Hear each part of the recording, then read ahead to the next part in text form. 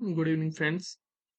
तो आज हम एक बहुत इंपॉर्टेंट टॉपिक डिस्कस करने जा रहे हैं, आईटी प्रोसेस मैनेजमेंट साइकिल।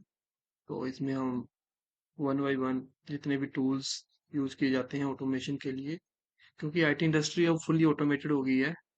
और इसमें अब सारी इंटीग्रेशन की जाती है टूल्स के साथ, और एक पाइपलाइनिंग क्रिएट की जाती है ताकि जो हमारा एंड यूजर है उसको किसी भी तरह का डाउन टाइम फेस ना करना पड़े।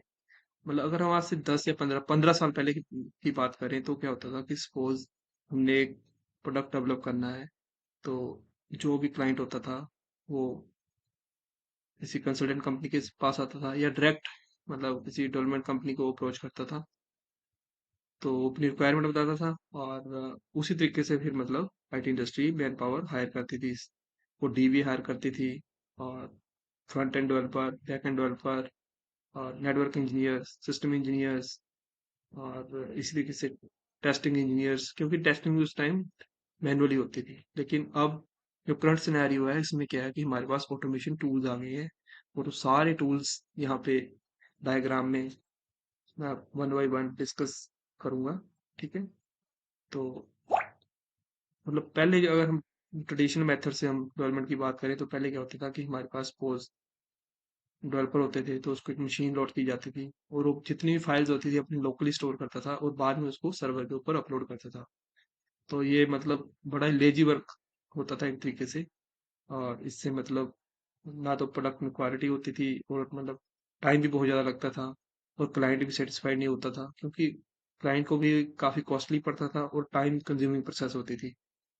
एक एक प्रोजेक्ट कंप्लीट करने के लिए 2-2 साल लग जाते थे, 3-3 साल लग जाते थे, फिर भी प्रोडक्ट में क्वालिटी नहीं होती थी, और जो हमारा एंड यूजर होता था उसको एक तरीके से मतलब डाउन टाइम फेस करना पड़ता था। सपोज हमने कुछ इंटीग्रेशन करनी है, पैच पर करना है, फिर से सर्वर को डाउन करना पड़ता है। लेकिन अब ऐसा नहीं है, अब एक पाइपलाइनिंग क्रिएट कर देते हैं, और जितने भी हमारे पास ये टूल है, गिट सर्वर है, सुनार है, मेवियन, ये सारे आपस में हमने मैप किए होते हैं, और मतलब कंटिन्यूसली एक तरीके से डाटा इंटीग्रेट होता रहता है और डेवलपमेंट होती रहती है। तो हम अब डिस्कस करेंगे, सपोज हमारे पास ये डेवलपर है, डेवलपर वन, डेवलपर टू। इनके सिस्टम के ऊपर हम जो भी इनकी रिक्वायरमेंट है, इनको मतलब iOS बेस्ड वो चाहिए सर्विसेज डेवलप करनी है इन्होंने, या फिर विंडो बेस्ड करनी है, लिनक्स बेस्ड करनी है, उस हिसाब से हम इनके ऊपर वो सारी सॉफ्टवेयर रिक्वायरमेंट इनकी फुलफिल कर देंगे और मशीन लॉट कर देंगे, और साथ में गिट क्लाइंट भी इंस्टॉल कर देंगे। गिट क्लाइंट बेसिकली एक ऐसा सॉफ्टवेयर है जो कि मतलब वर्जनिंग कंट्रोल सिस्टम के लिए यूज किया जाता है, और जो गिट सर्वर के साथ मैप होगा।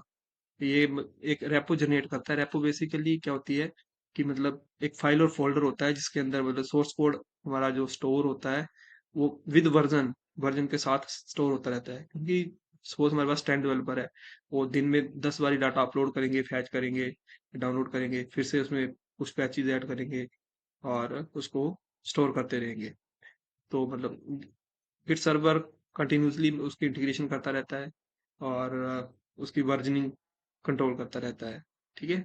अगर बीच में सपोज हमारा कोई डेवलपर नहीं भी आता है तो उसकी फाइल में भी काम होता रहता है, और जब वो वापस आता है फिर से कंपनी ज्वाइन करता है, तो वो वहाँ से फाइल को, जो सेंट्रल रिपोजिटरी होती है वो गिट सर्वर के पास होती है, वहां से उसको फैच करेगा और इजीली उसको एक्सेस कर लेगा।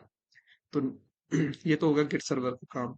मतलब गिट सर्वर बेसिकली मतलब कि जो हमारा सेंट्रल सोर्स कोड होता है उसके ऊपर मल्टीपल यूजर काम कर सकते हैं, डेवलपर काम कर, यूजर नहीं सॉरी, डेवलपर डेवलपर जो कि कोड डेवलप कर रहे हैं। ठीक है जी। इस तरीके से ये काम करता है, और इसकी मैपिंग हमारे सोनार क्यूब के साथ की होती है।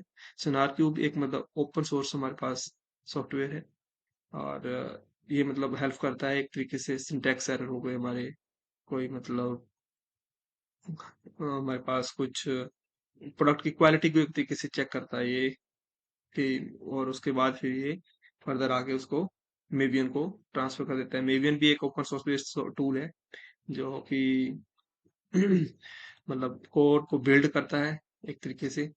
और ये मोर देन 25 लैंग्वेज के साथ काम करता है, जावा, जावास्क्रिप्ट, रूबी, पाइथन, इन सब के साथ ये काम करता है। और सेलेनियम सेलेनियम हमारा ओपन सोर्स सॉफ्टवेयर है जो कि टेस्टिंग पर्पस के लिए प्रोडक्ट की क्वालिटी टेस्ट करता है।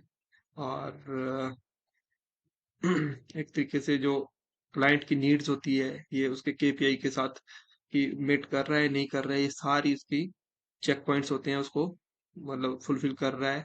जो भी मतलब प्रोडक्ट को हैवी लोड के ऊपर ट्रांसफर करके उसको टेस्ट किया जाता है अलग अलग सिनेरियो के साथ, उसको चेक किया जाता है ताकि जो हमारा एंड यूजर है उसको किसी भी तरह की प्रॉब्लम, मतलब प्रोडक्ट की क्वालिटी को इम्प्रूव करने के लिए एक तरीके से सेलेनियम को यूज किया जाता है। एनसीबल एनसीबल हमारा एक अदर टूल है, बड़ा ही एडवांस टूल है ये। और इसमें मतलब एक तरीके से कंटिन्यूसली इंटीग्रेशन और कंटिन्यूसली डिप्लॉयमेंट होती रहती है, ताकि सपोज हमने बीच में इन बिटवीन हमने अपने सर्वर में कुछ पैच वर्क करना है, कुछ डाटा अपलोड अपडेट करना है, तो जो हमारा एंड यूजर है उसको मतलब डाउन टाइम फेस ना करना पड़े और हमारी साइट कंटिन्यूसली वर्किंग में रहे।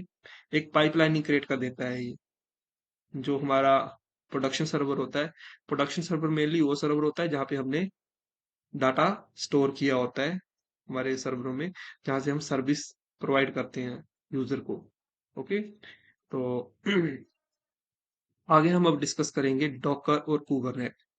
जो डॉकर है ये बेसिकली एक ऐसा टूल है जो कि रिसोर्स मैनेजमेंट, मेमोरी मैनेजमेंट इसको फुली यूटिलाइज करता है और कॉस्ट को रिड्यूस करता है और एक एफिशिएंट वे में मतलब हम बोल सकते हैं काम करता है। सपोज हमारे पास लेट अस से हमारे पास मेमोरी है, जैसे 12 GB मेमोरी है सपोज हमारे पास, ठीक है ना, 12 GB रैम है हमारे पास। तो हमने सपोज 6 मशीनें बनानी है, ठीक है। तो सभी मशीनों को हम 2 GB each for each machine, ठीक है। और हर एक मशीन को हम 2-2 GB अलॉट कर देंगे, ठीक है। और वो 2 GB उसको ऑक्यूपाई कर लेगा, ठीक है ना। अब लेकिन करंट सिनेरियो की अगर हम बात करें तो उसमें मतलब जो 2 GB वो हमारी रैम होती है उसको जो भी हमारा इंस्टांस है या जो भी हमारा मशीन है उसको यूटिलाइज नहीं कर पाती, तो वो रिसोर्सेज फ्री रहता है। इसी डिसएडवांटेज को मतलब रिड्यूस करने के लिए हम डॉकर का यूज करते हैं। डॉकर एक बड़ा ही एडवांस टूल है जो कि कंटेनर क्रिएट करता है। कंटेनर बेसिकली क्या है, कंटेनर एक फर्दर मतलब एक लाइट वेट मशीन होती है जिसमें हम मतलब लाइट वेट इमेज इंस्टॉल करते हैं जो कि हेल्प करती है उस ऐप को रन करने के लिए। अब जो भी ऐप होती है उसको मतलब 2 GB या इस तरीके के एकदम से रिसोर्स की जरूरत नहीं होती है। तो सपोज वो 3 MB पे काम करे, 300 MB पे काम करेगी, ठीक है ना, 300 MB पे काम करेगी। तो जो बाकी हमारी मेमोरी है 1.7 MB वो मतलब उसको रिलीज कर देगी। ये इसकी क्वालिटी है डॉकर की कि मतलब जितना रिसोर्सेज इसको चाहिए होता है उतना यूटिलाइज करता है और जो मतलब स्पेयर होती है उसको रिलीज कर देता है। इसी तरीके से कुबरनेट कुबरनेट एक एडवांस मतलब टूल है इससे भी ज्यादा। तो वो क्या करता है, कंटेनर्स की मैनेजमेंट, जो भी कंटेनर्स होते हैं उनको मैनेज करता है, उनकी लॉग फाइल्स होगी, उनकी मॉनिटरिंग, ये सारा कंट्रोल करता है कुबरनेट, ठीक है जी। और इस तरीके से आगे फिर हमारा ये जो जेनकिन जेनकिन एक बड़ा ही इंपॉर्टेंट टूल है इसमें। जेनकिन क्या करता है, जितने भी हमारे ये टूल है सपोज गिट सर्वर है, सोनार क्यूब, एवीएन है, सेलेनियम, एनसिबल, ये जितने भी टूल है इन सभी को इंटीग्रेट करके रखता है। इन सबको इंटीग्रेट करके रखेगा और इनकी मॉनिटरिंग करते रहेगा, मैपिंग करेगा इनमें, और कंटिन्यूसली मतलब एक तरीके से CI/CD का जो कॉन्सेप्ट है उसको मेंटेन करके रखता है।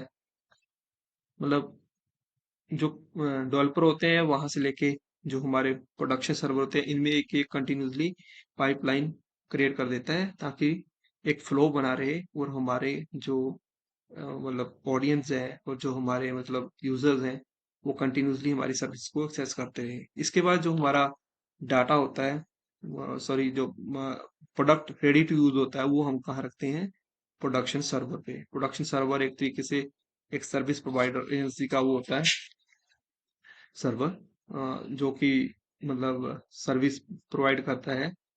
और ये पेपर यूटिलिटी मॉडल के ऊपर काम करता है। मतलब जो भी सर्विस हमें चाहिए होती है हम यहाँ से उसको एक्सेस कर सकते हैं। ठीक है जी। और यहाँ पे लोड बैलेंसर है। ये हमारा स्टैग है।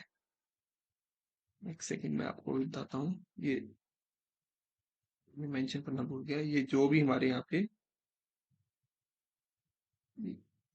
बॉक्सेस हैं, ये एक तरीके से हमारे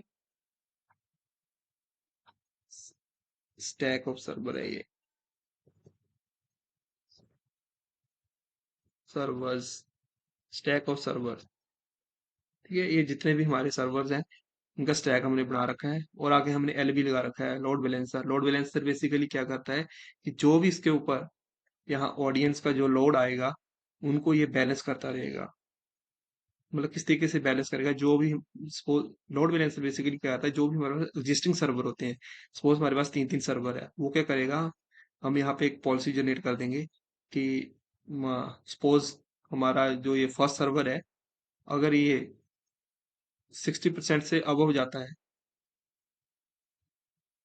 तो वो दूसरा लोड हम इसके ऊपर शिफ्ट कर देंगे। यहाँ में थोड़ा कंफ्यूज हो गया। नहीं सॉरी, हाँ, ये क्या करेगा कि मतलब जितना भी लोड आएगा वो वन बाय वन इनके ऊपर शिफ्ट करता रहेगा। ठीक है जी। और इसी तरीके से LB2 भी ऐसा ही करेगा। वो सॉरी, मैं ऑटो स्केलिंग का कॉन्सेप्ट बीच में आ गया था। ऑटो स्केलिंग हम फिर डिस्कस करेंगे। तो LB2 में क्या करेगा कि मतलब इस तरीके से LB2 काम करेगा। सपोज हमारे ऑडियंस है, यहाँ पे हमारे जो क्लाइंट की वो आएगी, रिक्वेस्ट आएगी, वो वन बाय वन इनके बीच में लोड शिफ्ट करता रहेगा, मतलब राउंड रॉबिन की फॉर्म में। ठीक है जी। और हमारा DNS है, डोमेन नेम सर्वर है, जो कि हमारा मैनेज करता है जो भी हमारे हमने डोमेन ले रखा है उसके ऊपर। जैसे ही मतलब कोई भी क्लाइंट हिट करेगा वो DNS से कांटेक्ट करेगा, और DNS आगे फर्दर हमारे प्रोडक्शन सर्वर से उस सर्विस को एक्सेस कर लेगा। ये तो ब्रीफ था, मतलब कि किस तरीके से जो IT इंडस्ट्री है वो किस फ्लो में काम करती है, इस मतलब हमने बताया है। इसके बाद मैं और भी वीडियोस बनाऊंगा हर एक जो हमारा टूल है उसके ऊपर डिटेल में। तो आई होप आपको ये इंफॉर्मेशन काफ़ी अच्छी लगी होगी। अगर अच्छी लगी होगी तो नेक्स्ट टाइम हम फिर मिलेंगे। Thank you very much.